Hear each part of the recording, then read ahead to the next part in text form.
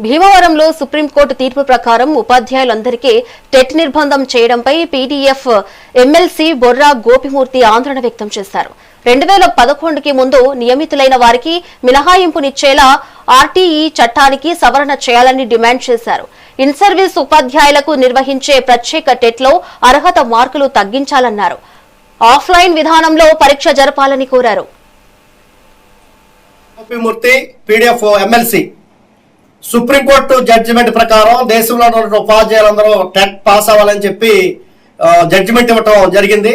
So దీనికి సంబంధించి వాస్తవానికి టెట్ ఈ దేశంలో అమలైంది 2011లో అమలైతే 2011కి ముందు ఉన్నటువంటి ఉపాధ్యాయులు కూడా టెట్ రాయాలనే జడ్జిమెంట్ ఇవ్వటం చాలా బాధాకరం.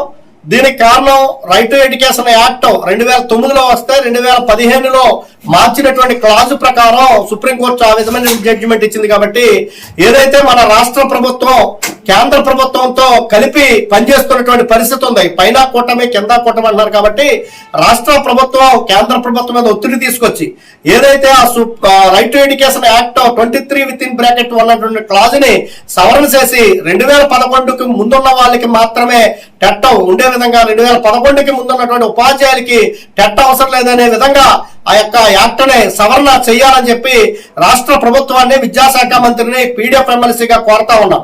రెండో వైపు ఉపాధ్యాయులకి ఏదైతే ఇన్ సర్వీస్ ఉపాధ్యాయులకి ప్రత్యేకమైనటువంటి టెట్ నిర్వహించాలని చెప్పి కూడా అడగటం జరిగింది. దానికి తగిన విధంగానే స్పెషల్ టెట్ నిర్వహించడానికి కూడా రాష్ట్ర ప్రభుత్వం ముందుకి వస్తున్నటువంటి పరిస్థితి ఉంది. కాబట్టి ఆ స్పెషల్ టెట్ నే జనరల్ టెట్ మాదిరిగా కాకుండా, ఎందుకంటే ఆల్రెడీ టెట్ అంటే టీచర్ ఎలిజిబిలిటీ టెస్ట్, అంటే ఆల్రెడీ వీళ్ళు టీచర్స్ కి ఎలిజిబిలిటీ అయి ఉన్నారు. కాబట్టి ఏదైతే కమ్యూనల్ వైజ్ మార్క్స్ కాకుండా అందరికీ మినిమం క్వాలిఫికేషన్ ఆఫ్ మార్క్స్ 35% కావచ్చు, 40% కావచ్చు మార్క్స్ ఉండే విధంగా స్పెషల్ టెస్ట్ లో ఒక రాయితీ ఇవ్వాలని చెప్పేసి బొర్రా గోపిమూర్తి పీడీఎఫ్ ఎమ్మెల్సీ